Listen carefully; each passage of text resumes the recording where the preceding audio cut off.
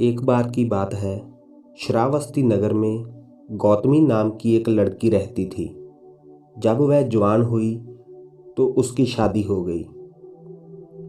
गौतमी एक गरीब परिवार की लड़की थी और उसके ससुराल वाले उसका बिल्कुल आदर नहीं करते थे। शादी के कुछ वर्षों बाद गौतमी के घर एक पुत्र ने जन्म लिया। अब ससुराल में उसका आदर होने लगा।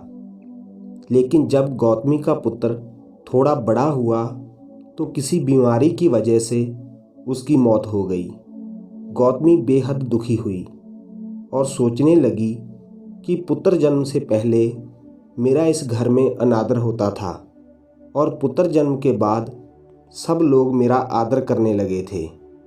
यह सब सोचने के बाद गौतमी ने अपने मृत पुत्र को गोद में उठाया और उसके लिए घर घर जाकर मौत की दवाई मांगने लगी।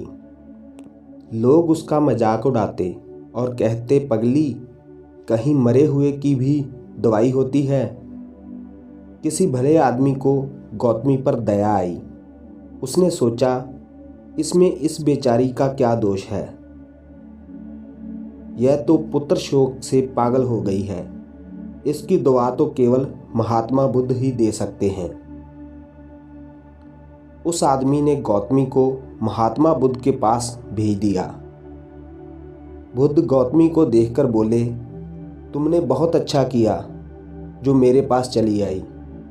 अब तू इस नगर में जा और जिस घर में कभी किसी की मौत ना हुई हो उस घर से सरसों के दाने मांग कर ला, फिर मैं तुझे मौत की दवाई दूंगा। बुद्ध की यह बात सुनकर गौतमी बहुत प्रसन्न हुई और सरसों के दाने लेने के लिए चली गई। पहले घर में जाकर गौतमी ने निवेदन किया कि भगवान बुद्ध ने मुझे आप लोगों के घर से सरसों के दाने मांग कर लाने को कहा है।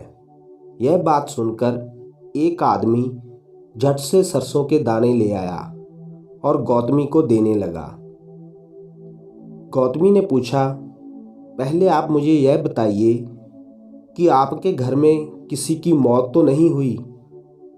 यह बात सुनकर वह आदमी बोला कि यह तू क्या कह रही है। इस घर में तो आज तक कितने ही व्यक्तियों की मौत हो चुकी है।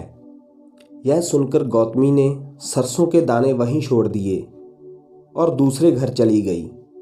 लेकिन सभी घरों में उसे वही जवाब मिला। पूरे नगर में भटकने के बाद उसे एहसास हुआ कि भगवान बुद्ध ने शायद जानबूझकर ही मुझे सरसों मांगने के लिए भेजा है। उसके बाद वह शीघ्र ही अपने मृत पुत्र को लेकर शमशान में चली गई।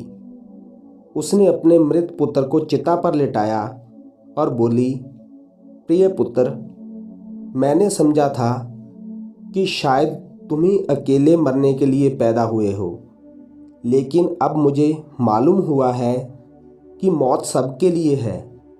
जो पैदा हुआ है उसे एक न एक दिन अवश्य मरना है।